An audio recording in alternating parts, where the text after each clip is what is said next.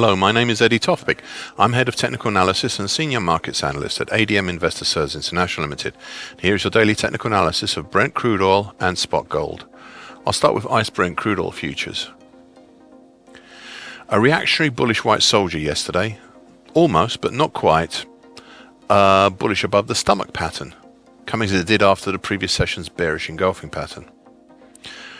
Prices moved back up and closed over the short moving average, currently at 91.96, as well as the lesser Fibonacci line at 92.07.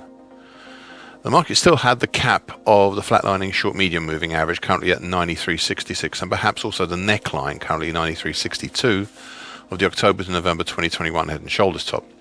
And not that interesting head and shoulders top, but one that's made its force felt some distance from whence it was created. There is one, maybe two other patterns I'd like to continue to discuss. You see, we have two possible bear channels in operation. They clearly both have the same lower bear channel line, currently at 79.79, originating from early August. But the two upper bear channel lines, one from the March high, currently at 106.88, and one from the July, end of July area, currently 96.85. Well, the market could be reading either one of those. Right now, I'm minded to look at the more recent end of July to date one, as possibly having more relevance. So far today, well, a further move higher, testing the combination of short medium moving average and a neckline above the end of July upper bear channel line, which actually is not that far above that now. Spot gold. A key reversal down yesterday, countering the previous session's hanging man pattern, I suppose also the earlier inverted hammer pattern. Prices dropped down and closed below the middle time, currently at 146.90 of the June to August bearish shift pitchfork, but halted short of testing the September low at 1613.60. Overall, we are still within the two bearish shift pitchforks previously highlighted. The first one is the June to August pitchfork. I've already pointed that one out, but the market is also within the breached, possibly broken, early March to mid-April bearish shift pitchfork.